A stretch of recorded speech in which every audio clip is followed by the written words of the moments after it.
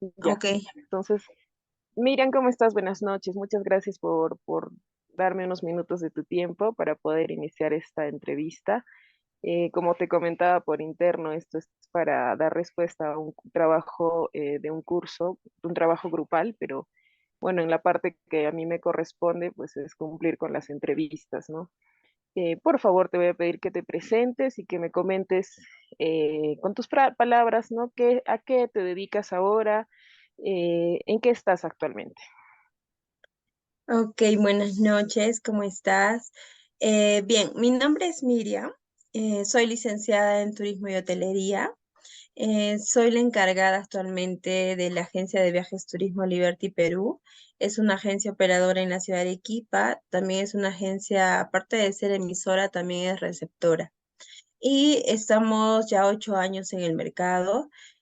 Y estamos en una etapa de cambios y de implementar algunas estrategias viendo la situación actual en la que vivimos en nuestro país, ¿no?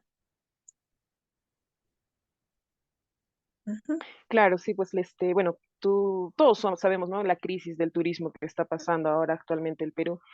Según tu experiencia y todo, ¿a qué se debe esta crisis? Bien, mira, nosotros en la actividad del turismo, particularmente yo, lo divido en dos etapas. La primera etapa, que es la etapa que todos ya sabemos, ¿no? Cuando llegó el virus, la etapa del COVID, que fue un periodo casi por 2 años. Esa fue la primera etapa en donde todo lo que es la actividad del turismo se paralizó totalmente. Y es sabido a nivel mundial de que la principal industria afectada fue exclusivamente el turismo, ¿no? Y la segunda etapa, la que yo denomino, es otra etapa que ha sido o ha venido de una forma negativa, afectando también a la industria del turismo, son los problemas sociales en nuestro país.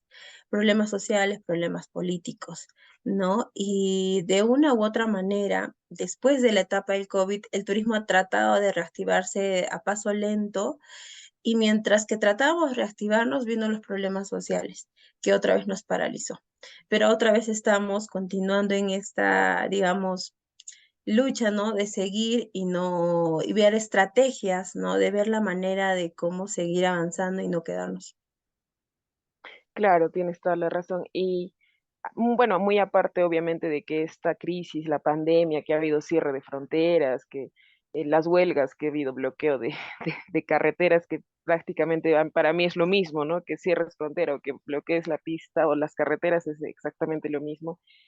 En el tema de la oferta y demanda, ¿cómo lo denominarías? O sea, ¿cómo la describirías antes y después? Antes, digamos, si nos puedes dar de repente un número, ¿cuántos pasajeros tú atendías y ahora cuántos atiendes, ¿no? Ya, mira, hablemos en porcentajes. Creo que así vamos a entender un poco más, ¿no? Por ejemplo, antes de pandemia, lo que es la actividad del turismo venía subiendo gradualmente, ¿sí? Pero llegó la pandemia, nos paralizamos, y si me preguntas cómo fue el porcentaje de incremento en cuanto a ventas después de pandemia, fue subiendo poco a poco. Y yo te puedo decir desde mi experiencia que después que nos reactivamos de pandemia, fue el incremento lento, pero en un 20%, digamos, 20-25%. Mientras nos veníamos incrementando, ya vino los problemas sociales. Y actualmente ya estamos llegando al 50% con respecto al periodo antes de pandemia. Y ese porcentaje del 50% de las ventas que teníamos antes de pandemia, felizmente en esta etapa está subiendo, ¿no? Y esperamos, al igual que los estudios que se han hecho, no solo en América del Sur, sino en el Perú, de que se recupere hasta el 80-90% hasta el año 2025. ¿No? Entonces Claro, sí. estamos siempre optimistas de que esto siga mejorándose. Y te comento que, por ejemplo, esta recuperación del turismo a nivel Perú, es gracias a los turistas nacionales. porque los turistas extranjeros después del COVID han cancelado sus reservas y han reprogramado después de 2 años, a incluso a 3 años. Particularmente yo he tenido un grupo de turistas que han reprogramado para 2 años. Entonces ya para estas épocas están viniendo, pero poco a poco. Otros incluso han pedido su devolución de dinero, ¿no? Entonces se ha tenido que gestionar ello de una u otra manera, pero eso es lo que ha pasado. Claro, claro. En todo caso, ahora, tú como empresa, ¿qué objetivos tienes, no?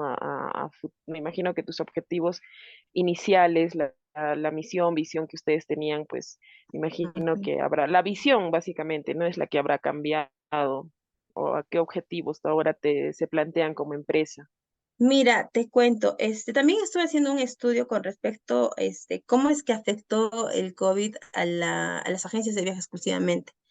Y te cuento de que las agencias de viaje antes de pandemia, se podría decir, en un 30% del 100% de agencias eran agencias virtuales, ¿ya?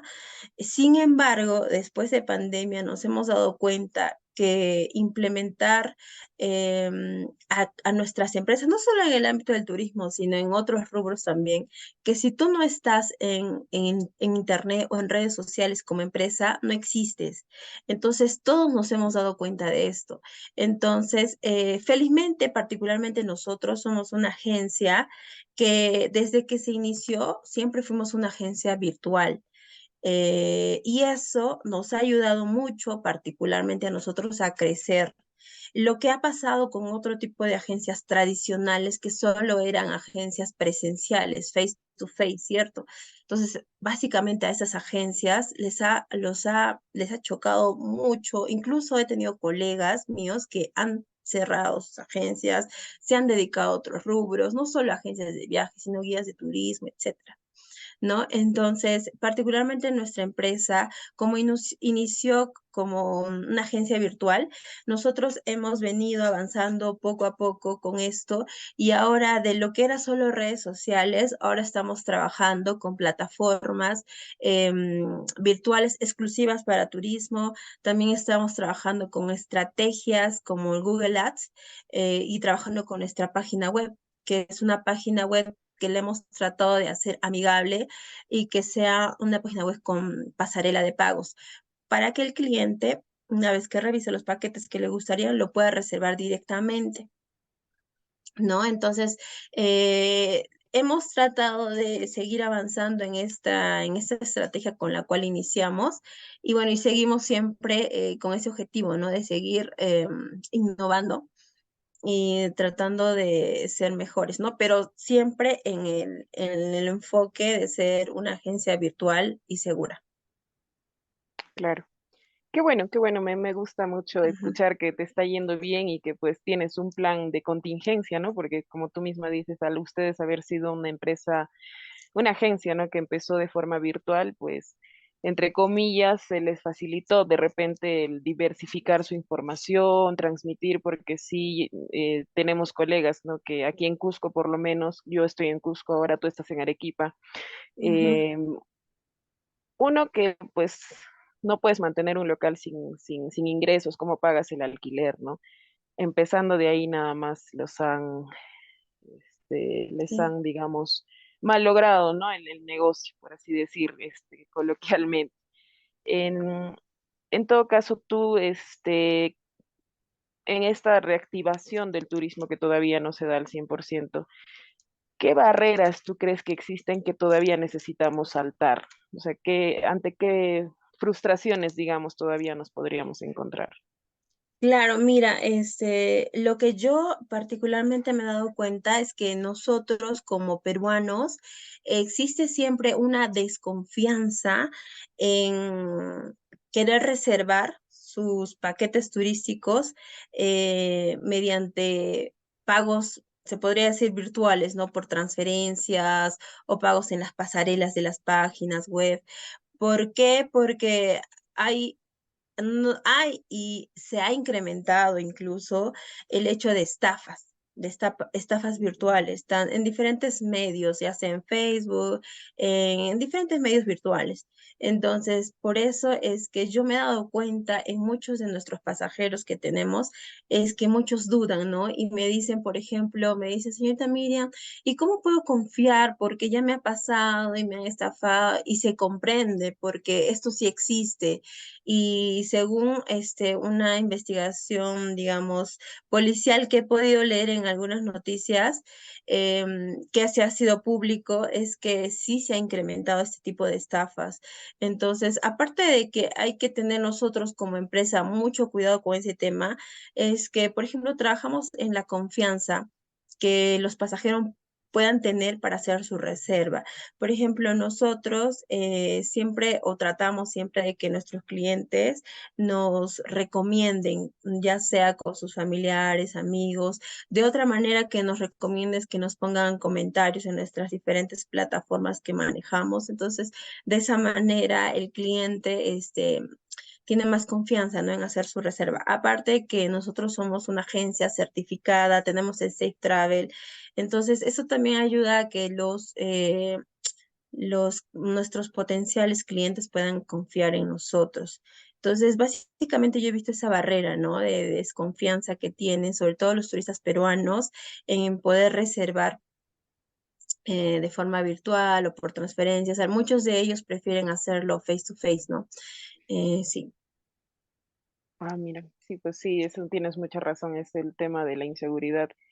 Creo que a todos en algún momento nos ha pasado cuando queremos adquirir incluso de alguna plataforma conocida, yo misma, ¿no? No, de mismo Saga, Falabella, por ejemplo, yo Ujú, no desconfío en comprar porque ya me pasó que pagas y nunca te llega. Imagínate a veces con un servicio que es sí, intangible, ¿no?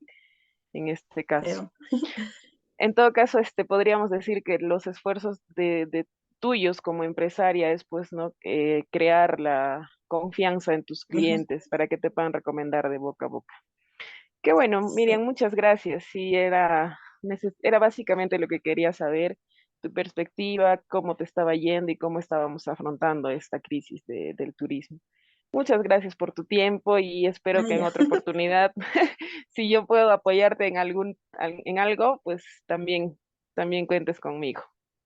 Ya, listo, está bien. Estamos en contacto entonces. Gracias, Miriam. Buenas noches. Gracias, chao, chao.